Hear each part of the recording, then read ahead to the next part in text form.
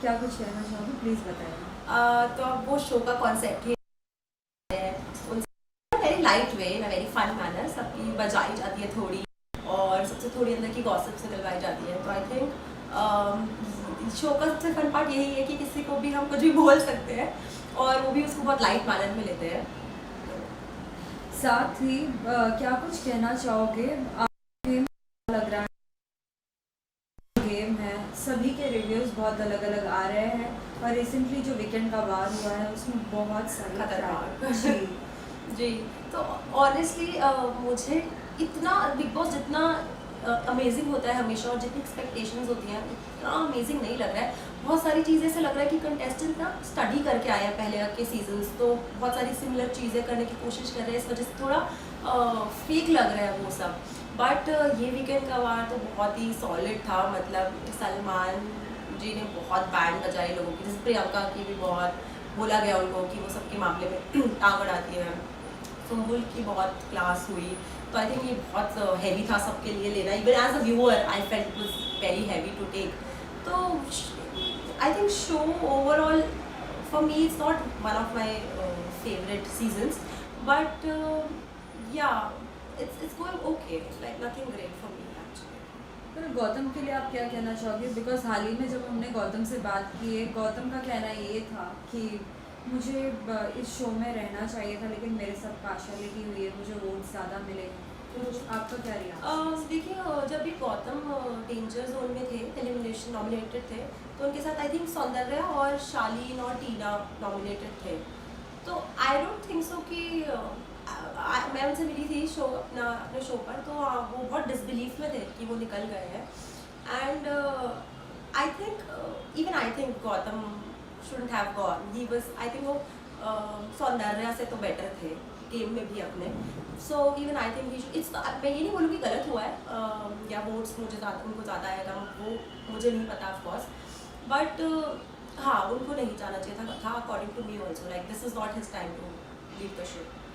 साथ ही सुम्बुल के रिसेंटली अभी हमने देखा है कि उनके डैड ने भी उनके लिए कुछ ना कुछ कहा है, जिस पे बहुत सारे रिएक्शन हो रहे हैं, बाकी कंटेस्टेंट्स के पेरेंट्स भी कर रहे हैं जी और जितने भी लोग जो एक्स बिग बॉस कंटेस्टेंट्स थे वो भी कहीं ना कहीं अपने व्यूज़ दे रहे हैं। जी।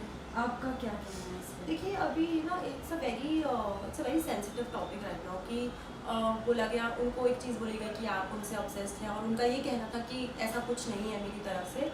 तो I think one of the biggest factors is her age. I think this was not the right time for her to go for Big Boss. She is very young in life right now. उनको जाना नहीं चाहिए था। मैं ये नहीं बोलूँगी कि वो गलत कर रही हैं या वो, कुछ लोग होते हैं जो अपना अफेक्शन और केयर इस तरीके से जताते हैं सामने वाले के लिए।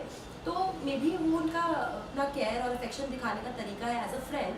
तो वो जो उसको she is just 19, I think वो ऑब्सेस्ड ये बोलना आई think it's not that right. Maybe she likes him in a way or other. Even I am such a person, if I have a guy friend, I'll be very affectionate towards him. So I can totally relate to that. Maybe it's just her way of showing affection, उनका तरीका है प्यार और affection जताने का। तो I think उसको obsession बोलना I think it's not right. और यहाँ पे मैं शालीन को बोलना चाहूँगी कि आप बोल रहे हैं कि वो बच्ची है 20 साल की, तो आप तो 40 साल के बड़े आदमी हैं, आपको कैसे नहीं समझ आती चीज़ें। अगर ऐसा कुछ हो भी रहा था तो आप ऐसे नहीं बोल सकते। अच्छा जब भी सुम्बुल जाने लगती है आगे, जब वो उनसे बात नहीं करती तो ये ज़बरदस्ती घूम के उसके पास आते हैं, उनसे चिपकने, उनसे बात करने। क्यों? You are not dumb. तो Shalin just stop playing your games, it's not at all working and you are not at all looking nice, I think I would just से।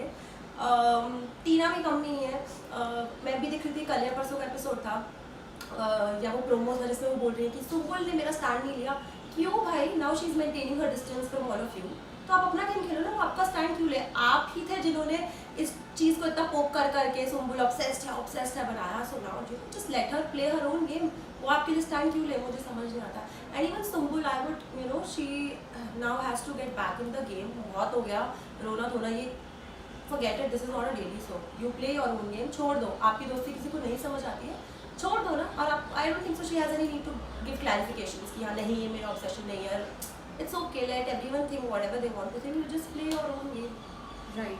एज वेल एज आपके किरदार के बारे में क्या कहना चाहेंगी? कितने लोगों के कमेंट्स पढ़ रहे हैं आप और क्या कुछ उनको रिवर्ट बैक कर रही है?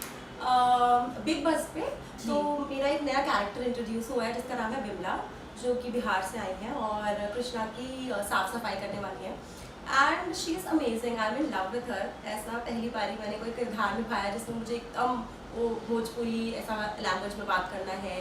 तो for me it was something very new, but since जो मैं पहले कैरेक्टर करती थी और जो ये नया कैरेक्टर है, तो जो मैं ऑडियंस के जो भी रिव्यूज़ पढ़ रही हूँ, I think this is something which they are liking more. तो क्योंकि उन्होंने कभी मुझे करते हुए देखा भी नहीं है और ये ना शी इज़ वेरी फन, कुछ भी बोल देती है, कृष्णा को भी कुछ भी बोल देती है। I think it's amazing doing Bimla, it's something very new और बहुत सारी इसमें चीज़ें करने के लिए हैं आगे आगे भी जो हम प्लान कर रहे हैं। फिर साथ ही बिग बॉस में राखी भी आई थी और हाँ। साथ ही अर्शी खान भी आई जी। थी। कैसा रहा उनके साथ एक्सपीरियंस? राखी के साथ तो हमेशा ही अच्छा ही रहता है, शी इज़ वेरी फन। उनसे मतलब उनको वो ये बोलने की ज़रूरत नहीं पड़ती कि आप ये क्यों नहीं बोल रहे हो, ये क्यों नहीं बोल रहे हो, वो सब कुछ बोल देती है। उनसे बोलना पड़ता है आप ये मत बोलो, आप ये मत बोलो। सो शूटिंग में राखी इज़ ऑलवेज फन और अर्शी को भी मैं आई नेवर मेट हर, पहली बार ही मैं सेट करूँगी थी, तो it was nice. Well Arshi की वो डायलॉग्स आपने क्या उसमें लिया था या नहीं कि आवाम देख रहा है? हमेशा से हमने बिग बॉस में अर्शी के डायलॉग हाँ, मतलब अर्शी का ये डाला आई थिंक इट्स प्रीटी, मैंने तो नहीं बोला था, बट हाँ आई एम श्योर कृष्णा या किसी ने तो बोला ही होगा। तो काफ़ी फेमस है उनका ये डायलॉग, तो वो हो और वो डायलॉग ना बोला जाए ऐसा हो नहीं सकता, बोला ही गया होगा। वेल नेक्स्ट एलिमिनेशन के लिए क्या कुछ प्रिपरेशंस आपने की है? क्या कुछ धमाल देखने मिलने वाला है सब? ऑनेस्टली अभी हम लोग अच्छा, जो लोग ये बोलते हैं ना बिग बॉस स्क्रिप्टेड होता है, ये लोग पहले से डिसाइड करते हैं, तो मैं उन लोग को एक बात बता दूँ कि हम जो शो का एक पार्ट है, मतलब जो एलिमिनेट होता है वो सबसे पहले हमारे पास आता है बिग बॉस पे। हम तक को एंड मोमेंट पे नहीं बताया जाता है कौन एलिमिनेट हो रहा है, तो it's not at all scripted. मतलब हमें भी जब एलिमिनेशन हो गया वहाँ चल रहा होता है, तो हमें बोला होता है आप रेडी रहो, कोई भी एलिमिनेट हो सकता है। और एंड मोमेंट तब हमारी स्क्रिप्ट लिखी जाती है तुरंत, जो आता है बंदा एलिमिनेट होकर उसके हिसाब से। तो ये ऐसा नहीं है कि स्क्रिप्टेड है, हमें पहले से पता होता है, तो एटलीस्ट हमें भी कुछ पता नहीं होता है, हम भी अनप्रिपेयर्ड सेट पे जाते हैं। जब वहाँ एलिमिनेशन अनाउंस होता है तो हमें यहाँ बताया जाता है कि ये एलिमिनेट हो गया है। फिर वहाँ तुरंत हमारे राइटर्स जो हैं, अमेजिंग राइटर, जो तुरंत स्क्रिप्ट बनाते हैं और हम लोग उसे याद करते हैं और फिर परफॉर्म करते हैं। तो सब लोग हम हमारे शो से पहले हमेशा, एटलीस्ट मैं तो बहुत नर्वस होती हूँ क्योंकि पता नहीं है कौन आ जाए और कौन कितने ख़राब मूड में हो जाए। जैसे जब गौतम आए थे वो बहुत अपसेट थे, तो मुझे थोड़ा डर लगा था कि कुछ बोल देंगे तो बेचारा वो भड़क ना जाए या कुछ बोला जाए, but he was very supportive and all. तो ऐसा ही होता है, मतलब एंड मोमेंट प्रिपरेशंस होती है, so we also don't know what is going to happen and what to expect. फिर लास्टली ये जानना चाहेंगे, अगर सलमान सर आते हैं बिग बॉस में तो क्या कुछ कर सकते हो आप, कुछ अमेजिंग जिससे सभी लाइक बहुत ज़्यादा एंटरटेन? मैं तो अपने पूरे यूनिट को यही बोलती हूँ कि देखो सलमान सर हमारे यहाँ आए ना, लेकिन हमें तो एक बार ही सलमान सर के वहाँ जाना बनता है, तो प्लीज़ हमें एक बार ही भेज दो। अब वो तो पता नहीं, वो तो चाल का डिसीजन होता है जाते हैं कि नहीं, बट अगर जाते हैं ऑनेस्टली मुझे भी नहीं पता, because he has this aura जिनको देख के मुझे पता है मैं एकदम ऑस्ट्रक हो जाऊँगी और मैं कुछ बोल ही नहीं पाऊँगी। तो इससे अच्छा कुछ प्लान करने की ज़रूरत ही, मतलब प्लान ही ना करूँ, वहाँ पे ही देखी जाएगी जो भी होगा। फिर lastly any message to the all the viewers?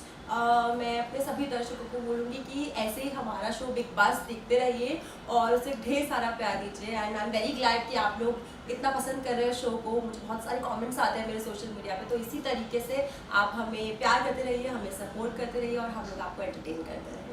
Thank you so thank much. You.